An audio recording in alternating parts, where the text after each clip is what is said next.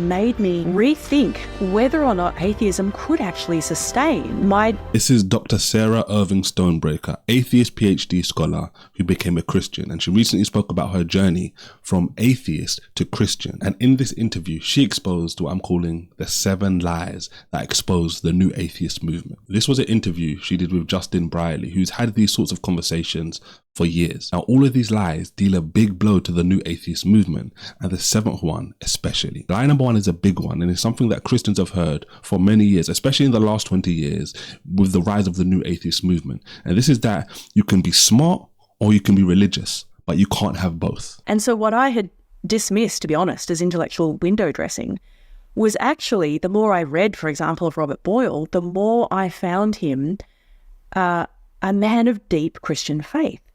And this was a kind of pebble in my shoe, as it were. It made me, it was a kind of stumbling block to my atheism. It by no means made me a Christian right then and there or anything, but it made me really need to take seriously this idea that one could be a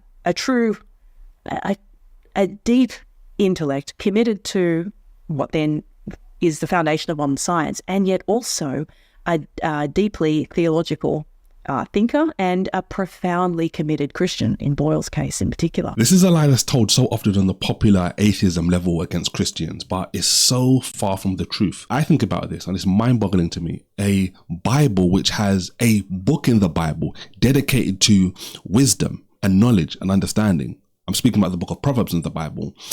How would anyone ever come to the conclusion that a book which has a book of so much profound and powerful wisdom in it is a book which is going against knowledge? It doesn't make any sense. But as she speaks here in this interview, she's realizing that as she's going into these prestigious educational environments, she's looking into the past as a historian, and she's hit with something which stops her dead in her tracks. She's reading these historians, and because of this big lie that atheism has told, that you have to be smart or you have to be religious, you can't have both. She's reading this literature of this obviously wise person, but she realizes at the same time he's a Christian. And when you believe this lie, you're confronted with these wise people from the past, and you have to say to yourself, well, in simple terms, how can you be this wise but be this dumb? This is the false dichotomy the new atheism tried to present for Christians. She's now realizing that, hold on, there's these intellectual giants of the past who were very intellectual, even more educated than her, wiser than her, but were also firm in their Christian faith. This is why I mentioned books like Proverbs in the Bible. The Bible doesn't shy away or say the mind is supposed to be degraded or dumb. It's the opposite. Becoming a Christian encourages you and leads you to intellect and to wisdom. God being the all-wise one, not the all-foolish one. He's presented from beginning to end as the wise master builder, the wise creator, and we are his creation, his children. So as more and more Christians and atheists realize that in order to be religious, it doesn't mean you have to leave your intellect at the door. No, it's quite the opposite. The Bible is actually presenting a scenario, an environment where God is the wisest of all the wise people in history. Lie number 2 was one which was a staple of the new atheist movement, and it was to get Christians and other people to believe really and truly that morals and ethics matter more to atheists than it does to Christians. When I was at Oxford, Professor Peter Singer, who's one of the world's leading ethicists and philosophers, came to Oxford to give a series of lectures in ethics, the You Are Hero lectures. Sarah didn't only find herself engaging with Christians and smart Christians, she also found herself engaging with very smart intellectual atheists as well. One of those was Dr. Singer. As she says in the interview, he was one of the leading scholars of the day, and she's excited, as her other atheist friends were, to engage and to interact in his lectures. And this is what the new atheist movement used to do heavily. They would attack the Bible and say, well, how can a loving God be so loving? Or how can he be all loving? And command these heinous, these atrocious, these genocides in the Bible. And they would try to present things as if they had the moral high ground. But the more you unpeel the onion, which is atheism, the more you realize that there's really nothing there holding it up morally. It's morally bankrupt without a foundation on an objective level. And this is what she says in the interview. Singer, of course, being a utilitarian and also an atheist, actually pursues atheism in many ways to its kind of logical conclusion when it comes to grappling with this issue of, well, to what extent is human life inherently valuable? Singer says, well, no, there's no inherent value to human life. That's something of a kind of religious myth, a Christian fiction, which is actually entirely consistent with atheism, because the ultimate reality is not in any way spiritual if you're an atheist. So all of these atheists like Singer, who owns his belief, but people like Dr. Richard Dawkins and other atheists who will attack the Bible and say, how can this happen in the Bible? There's no objective foundation to say any of those things are wrong. This is why this lie is so dangerous, because Christianity, that worldview, that mindset, is what gives these very atheists the ideology, the belief, the feelings to turn around and say these things are wrong. What they're in fact doing in those scenarios is borrowing from the ideology of the God in the Bible and now trying to use it from their standpoint without the God, which makes no sense. Now, lie number 3 is one which so many people realize as they get older a lot of the time and as they continue to pursue more success and more achievements in life. And that is that natural achievement is enough. But here's the thing. It was soon becoming apparent that the more you achieve, the fellowship, the book contract, or whatever it is, the more there is simply another rung of the ladder. And so in many ways, this kind of personal story and intellectual story were kind of coming together at the same time, as it were, because what I was starting to realize is that I'd kind of been living a life in which I had been trying to attain my own self-worth through hard work and through achievement, and living as if that kind of intellectual or academic success were ultimate. I spoke about Proverbs earlier. The same wise person who wrote the book of Proverbs, Solomon, gave us the book of Ecclesiastes, a book which in a nutshell highlights to us as anyone who reads that book, that all these consistent pursuits in life mean nothing if there's nothing at the end of the rainbow, if there's nothing at the end of the road. Imagine going through life doing all this stuff for nothing. It's pointless.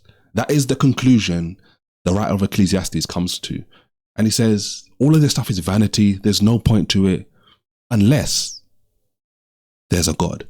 And there's a higher power, there's a higher mission, a higher calling, which we are gravitating towards, which we are moving towards. And that is the book of Ecclesiastes. A book written thousands of years ago, which again, to this whole smart or religious, it totally destroys that notion. What I discovered was that I had actually never understood theology. I'd never even thought deeply about Christianity at all. And actually, the theology, the actual biblical story about who God is and who humankind is, I mean, humanity, which is so profoundly corrupt and sinful, and who has rejected God and yet has this kind of yearning sense that this world is not ultimately what we are made for or who we are made for, started to make profound sense for me. There's so much power and wisdom and intellect in the history. We can't disregard things like the Bible and the wisdom it entails. It's timeless wisdom, not a temporal wisdom, which we see so often in the likes of atheism. Lie number 4 is one which has always made me wonder how this actually is believable to so many people. And that is that atheists are consistent, more consistent than Christians are. Or in fact, that atheists are consistent and Christians are not. It's often not just Dawkins, is it? Because I think often there's a kind of inconsistency in the sense that on the one hand, Dawkins and other new atheists are committed to arguing, look, there is no ultimate morality, there's no objective truth, and yet and so they shouldn't really be making any kind of moral claims. And yet, on the other hand, there are often these kind of highly moral claims that they want everybody to assent to, and yet they can't ground. So, for example, I just remember Dawkins in one particular interview talked about how, look, nature is blind, pitiless, and indifferent, his famous phrase there, and also it's kind of red in tooth and claw, but I don't want to live in a world like that. And therefore, there'll be, to paraphrase him, he'll encourage people to go and be kind and compassionate and so forth to one another. And yet there's a kind of deep logical inconsistency there, isn't there? Because if there is no ultimate morality, and indeed if Christian morality is just a fiction, then the idea somehow that everybody ought to be compassionate or loving to one another or respect each other's rights and so forth, all of these things fall down. See, we spoke about this earlier on in today's video about how atheists in the past, especially the new atheists, will attack Christians and say, well, how can you as a Christian believe in this God who will do this and will do this and will do that, etc.? These are atrocious, these are wicked acts, etc. But like I said previously, how do you as an atheist objectively say this thing is good, this thing is bad, this thing is indifferent? It's all subjective, and that's it. What she explained so eloquently about people like Dr. Richard Dawkins, who have done videos on the past on this channel, they want the cake and want to eat it as well. You can't have it both ways. Atheists like Dr. Richard Dawkins, who are so famously known for attacking Christianity and saying that Christianity is a lie, it's not true, etc. They are the same people who will say, well, life as we know it is godless. There's no God who exists. But they will still compel you and say, look, live a life which is good. Live a life where we are nice and loving to others and we treat others with respect, etc. All things which are a common staple of the biblical worldview. What are they basing that on? That is not being consistent to the atheist worldview. Again, that is an atheist taking some of the Christian worldview, which they've been born into, ingratiated into, and then saying, let's use this. When the truth is, just as she said, Dr. Singer said years ago, as an atheist, from an atheist worldview, there's no real value to life. No, I don't think it's problematic to say that a 4-month-old baby is not actually a person. I think that's simply true. And this is why people like Dr. Singer can say, being consistent with the atheist worldview, that a baby who is living is not a person. These are the kind of things which Christianity and the Bible will not accept. But these are things which so many people, so many atheists as well in that fact, will say, of course, a baby of a week or a month or a year is a person. If that baby of that amount of time is not a person, this is how you get to these ideologies where it just becomes laissez-faire. It's free for you to do what you want with those babies, etc. With a ultimate judge and ultimate ruler, God is the only one that can determine, as he does in the Bible, who can live and who should die. Lie number 5 is a big one. This is one which is being debunked as we speak more and more as time goes on. And that is that without Christianity, things will be better. One of the things that my undergraduate students at various different universities that I've been at, they've really liked to talk about individual rights and so forth, and yet they have no understanding really of their history, their heritage, right? If they have a very profoundly Christian heritage in terms of their origins. And yet, so we can have these kind of ideas, but the notion that even the values that we hold very dearly might have a history that we need to know, and that we need to know about history in order to kind of situate ourselves and become good citizens and become part of society and socialize ourselves. Those kinds of ideas now are they seem kind of outdated. And in fact, we view the past with a kind of suspicion. We don't really know why it's useful. As Christians, we've heard for so many years that Christianity is bad. That was one of the staple new atheist arguments. Christianity is bad. Let's get rid of Christianity. Let's bring something new. But as time's going on, we're starting to realize, everybody else is starting to realize anyway, we as Christians knew this already. Once you remove this framework, which we call Christianity, once we remove this set of values and laws, like all life is precious, all life is value, all life is made in God's image, once you remove those layers, you're left with something which is more like atheism. But as many atheists are seeing today, and this is one of the reasons this Dr. Sarah Irving-Stonebraker, and many atheists like her are realizing that, you know what, this is morally bankrupt. This is going to lead us to doom and gloom and destruction. And over here in Christianity, there's hope. There's a reason to do the things we're doing. Christianity never says, become a Christian and leave your intellect, your wisdom at the door. Christianity continues to say, this is the wise way to go. And once you walk into God's kingdom, once you believe that God is real, you will open yourself up to and ascend to a higher level of intellect. And this is the thing. Sometimes you can continue to pursue more and more and more knowledge, when really and truly it's the simple thing which is right in front of you, which will give you the greatest shift, the greatest elevation in knowledge that you could ever desire. Lie number 6 is a deadly lie, and it's one that really needs to stop being told, or at least stop being expressed as if this is true, because it's actually not. Lie number 6 is that Christians or Christianity holds us back and it doesn't push us forward. This is always funny to me, but it shows how much people are actually really engaged with history, even recent history. Who were the people who actually got the scientific revolution going, and what was their motivation in doing so? Yeah. Well, they were all Christians. I mean, that's a fairly simple way of answering this question, but they were all Christians. But the interesting thing is, and this is the really important thing to understand, is that actually, far from being a hindrance, their faith in many ways, and in many different ways, the story is complicated, but in many ways, they actually pursued what we now call science, and back then, more accurate term was the philosophy of nature, natural philosophy, but they pursue it for theological reasons. Here, Justin asks a very simple and powerful question, and Sarah answers this, I think, in a very powerful way. Simple, but very effective. All of the scientific expansion is founded on professing Christians who felt compelled as Christians, not restricted or rejected as Christians. They felt compelled to study science, to learn these things, because they believed deeply that God had created everything, and this was a way to prove in a mighty powerful way that God exists.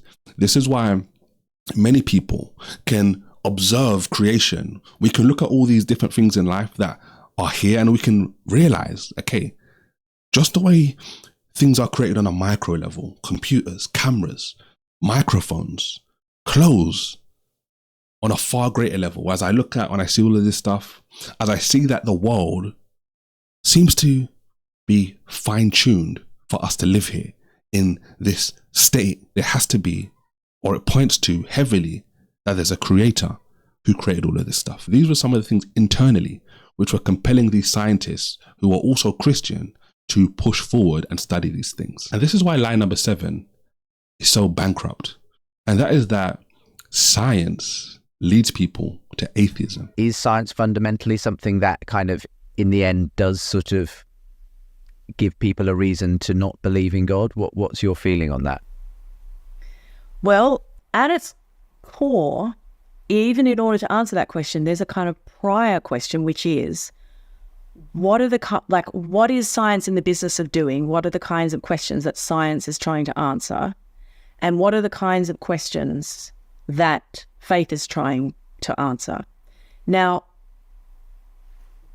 many contemporary scientists in various different fields, and I'm sure that you're talking to many of them, and there are many out there in great conversations at universities like Cambridge and MIT and Harvard.